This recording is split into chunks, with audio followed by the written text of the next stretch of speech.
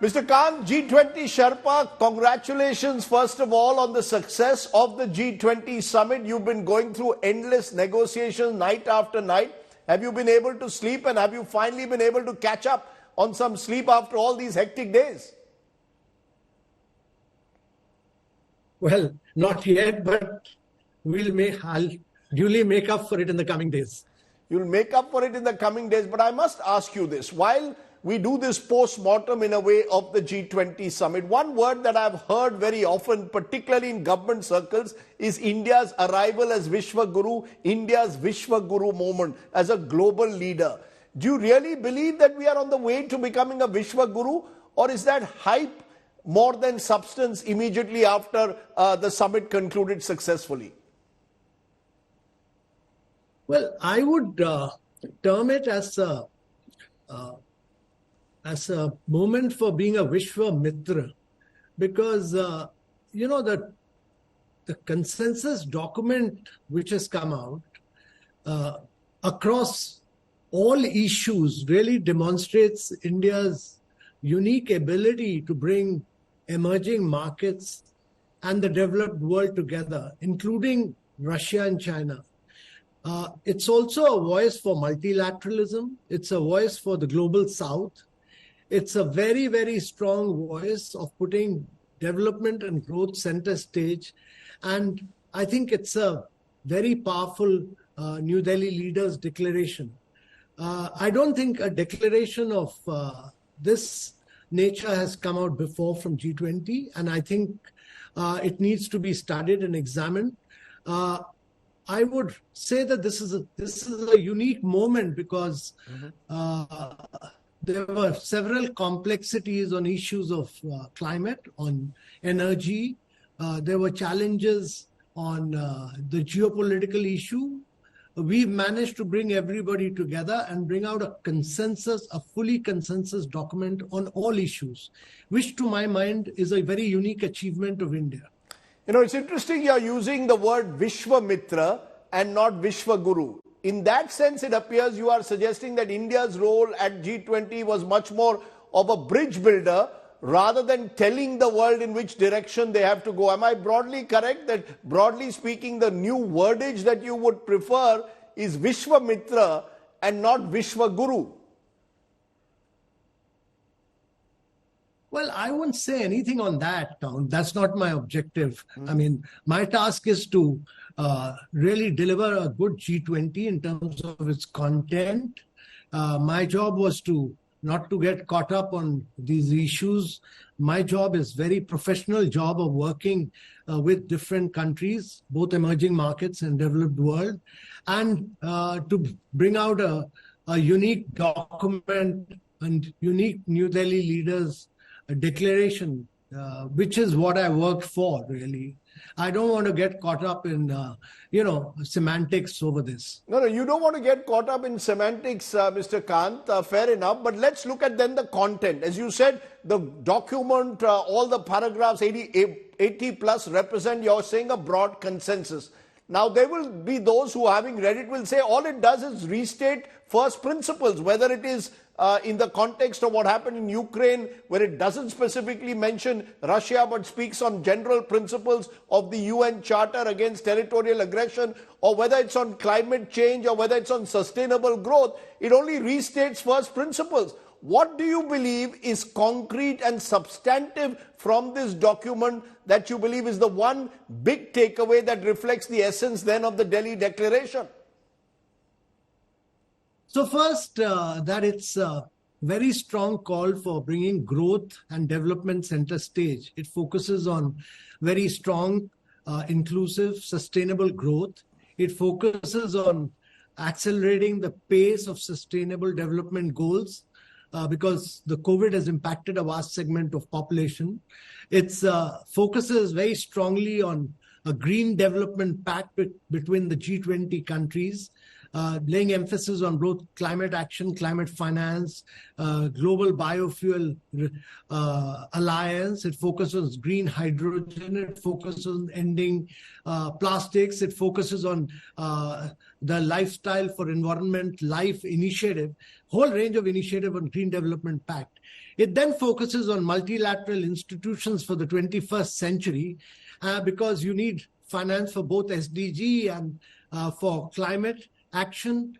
These institutions were constituted in the post-Bretton Woods period, post-World War II. They need to be restructured and redesigned, which it talks about, with consensus. And then it focuses very strongly on technological development and digital public infrastructure. For the first time, the world has accepted the definition of digital public infrastructure and the framework to accompany DPIs, which are open source, open APIs, are interoperable. And therefore, I think India has made a big headway on that. And lastly, the document focuses very strongly on women-led development, that's women empowerment and gender equality. It's a very unique document on laying emphasis on women empowerment. So all these are very key features. And lastly, I must say that there's a focus on creating a more inclusive world by bringing in African Union as a member of the permanent member of the G20. So these are the broad key highlights of the New Delhi leaders. Mr. Kant, there is no doubt that bringing in the African Union, which you just mentioned, into the G20 must be seen as a major achievement, no doubt about it. But do you really believe that the balance of power between the global south and the powerful Western nations has been truly redrawn? Are you really seeing that countries will actually now walk the talk on critical issues of climate finance, of ensuring that the war in Ukraine ends? Will the concerns of the global south on debt restructuring actually be acted upon? Will all of this remain only on paper?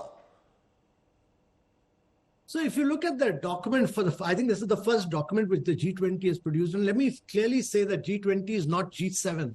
It comprises also of emerging markets. And therefore, there's a whole focus on the global south. There's a whole focus on developing countries. There's a big focus on emerging markets. And that is why on both climate action, climate finance, or the reform of the multilateral institutions, the global south has had a big say. Before we started the G20, the Prime Minister had held a meeting with all the leaders of the global south, 125 leaders, taken their priorities. And therefore, this document is really a document of the global south in many ways. The number of times you will see developing countries emerge out of this document is quite extraordinary. And the concerns and their voice has been greatly felt in this document. And I would really request all of you to kindly read through this document because it's highly inclusive, it's very, very decisive, and it's very action-oriented. Now, you've used the word inclusive, Mr. Khan, several times already. Now, let me turn to some of the contentious issues. How much of this summit success, or indeed this inclusivity that you speak about, the consensus building, was because of the Prime Minister's personal intervention, his personalized style of diplomacy?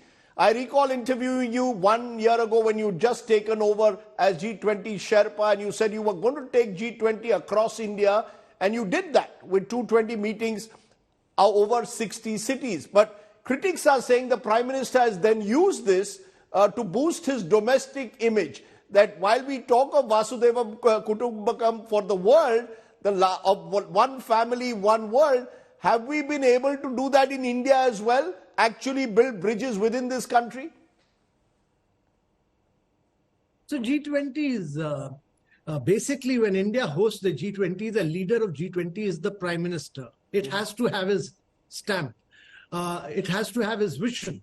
It's a leadership-driven organization, and I am the Sherpa to the Prime Minister of India, and therefore I implement what the leader desires in this. And his vision was to take G20 to all the states of India, to 60 cities of India, to make it a people-centric G20. That's very unlike what other G20s are about. They are held in one city or two cities. So that's his vision. His vision was that we should only give one district, one product gifts. His vision was that we should utilize millets. His vision was that we should bring in digital public infrastructure as a very major component of our presidency. His vision was that women-led development should be a very major criteria of our G20 presidency. All this, there's a huge India narrative into the New Delhi leaders' statement. And this has all been driven at the highest level by the Prime Minister. His vision was that our motto should be one earth, one family, one future. His vision was that it should be revolved around Vasudhaiva Kutumbakam. Therefore, all this is really being driven at that level. But was the Prime Minister's vision also to, in a way, identify G20 with his own personality? Because we are now entering an election year, is G20 being used in some way to build the Prime Minister's larger-than-life image, as I said earlier at the start, to build him as a Vishwa Guru, or dare I say now, as you say, Vishwa Mitra?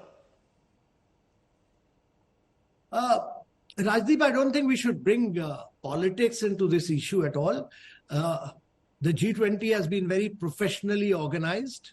It's been a stupendous achievement in terms of being able to arrive at a consensus document, not merely on all growth and development issues. This is the first document with 83 paras, without a bracket, without a footnote, without any reservation whatsoever. All countries across 20 countries, plus the 9 invited countries, plus all the international organizations agree to it 100%, taking it forward. I do not think it has anything to do with politics. We have been able to give a different perspective and bring everybody around and take this forward. There are components of it which come in from various other parts of the world, but the India narrative is fully intact there in a very big way.